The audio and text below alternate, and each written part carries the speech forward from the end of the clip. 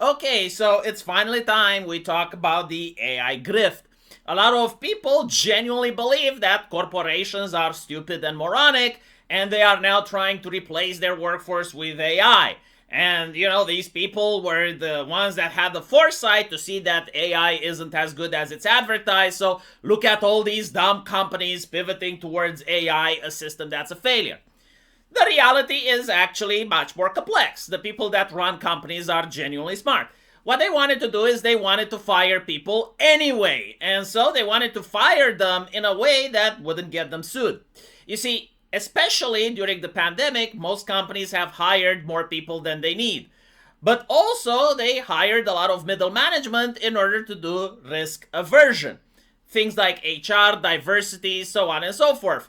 Now, the interesting thing is that what would get you in trouble ideologically in 2016 is not the same that would get you in trouble ideologically in 2026.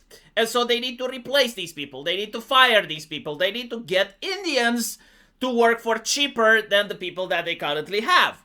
And so if you just happen to fire people, you end up getting sued. You end up with discrimination lawsuits. You end up with people complaining because of labor right violations.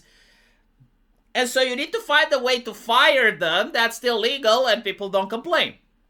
And so one of the ways that they got fired is that they would be placed in one department, all of them, and then the company would say, oh, we're just pivoting towards AI. They got the AI to replace that department, and now they're saying, oh, well, the AI is too expensive, right? And so from the outside, from the people that generally don't know what's going on, it seems like, well, like these companies were foolish. They believe the AI hype and they replaced their workers with AI, and now they're realizing that their workers were always needed. No, they weren't foolish at all. Like, they legitimately knew what they were doing. This was the plan. The other grift was with the investors, right? Like, for example, you can have a company investing into NVIDIA, like you can have OpenAI investing into NVIDIA and someone at NVIDIA investing into OpenAI. Like, these are things in order to get out of the tax brackets. These are things in order to get promotion for the company. These are things in order to signal to investors that the company is actually trustworthy and you get more money being invested in it, right? Again, the idea that the people at the top are actually critics that stumble in leading big corporations and making decisions that are bringing companies over decades upon decades of competition without going bankrupt is absolutely asinine. No, like, the people that own these companies, they know exactly what they are doing. Now, look, this doesn't mean that the AI isn't actually a useful invention. Like, it is a real thing. It has actual uses. More importantly, it's in its infancy. A lot of the things that people are complaining now about AI, they do not realize that, well, it's just a technology that seems to be like 4 or 5 years old, right? And so imagine what it's going to be in 50 years from now. Like, a lot of the bugs and the glitches are obviously going to be taken care of. A lot of the ethical concerns that it steals art and shit is going to be taken care of. Like, the technology is still here to stay. The future is probably also going to be offline. Like, right now, the AI does indeed consumes a lot of resources. And one of the things that people are trying is to make it more smart and get it to hallucinate less.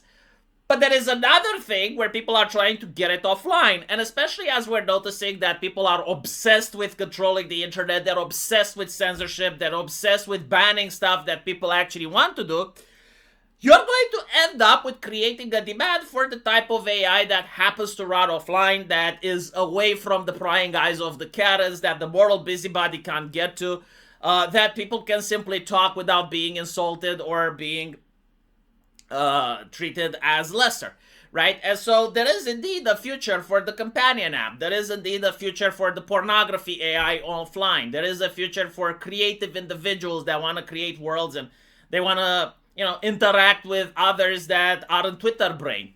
And so this demand is actually going to generate people that are going to try to make the type of AI that works offline and is as actually good as ChatGPT and Claude right now.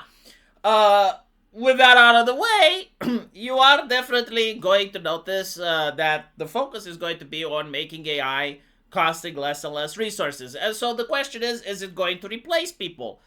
Yes and no. Like, some individuals may generally be replaced. The problem with AI is that it's also ideological. Like, even if the AI was to do the work exactly as intended, people can smell it. People can sniff it. People do not want to spend money on AI because people believe that AI is free, right? Even if like there's a data center that consumes resources somewhere, the reality is that the AI, the ones that the customer uses, is free. And so they don't understand why they should pay money for a product that costed nothing to make, and now they have to forward the $120 for a video game that uses AI, right? So the ideological thing is there. It's also people that like artists and like creative folk, like they do not want their artists and creative folk to be replaced. Especially after, the artists and creative folk, they work so hard in order to get power and ideology on Twitter, right? Like the English dubs, for example, they're promoting liberal values. The AI doesn't promote liberal values, and so like people are protecting the AI over there. And it's also like the privacy violation, right? Like people genuinely, unironically, do not trust the AI because it's connected to a cloud, because everything you say can actually be used in a lawsuit under discovery, and so your wife filing a divorce can actually ask for everything you typed, right? Like all of these things put together makes the customer very untrustworthy of AI.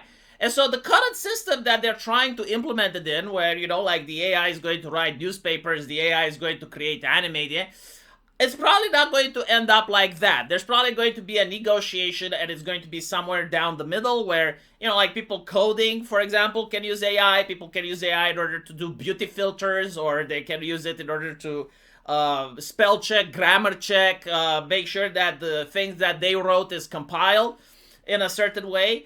But we're not going to see the actual implementation that people thought, that everything is now going to be AI made. Especially when the AI, again, has absolutely no responsibility, right? So, like, if you want to use AI as a medical institution, like as a general practitioner, who's responsible for malpractice? Like, who gets sued, right? No one wants that responsibility. No one wants that liability. And so, like, you're always going to have actual humans and Indians with H-1B visas taking away your jobs and not a machine.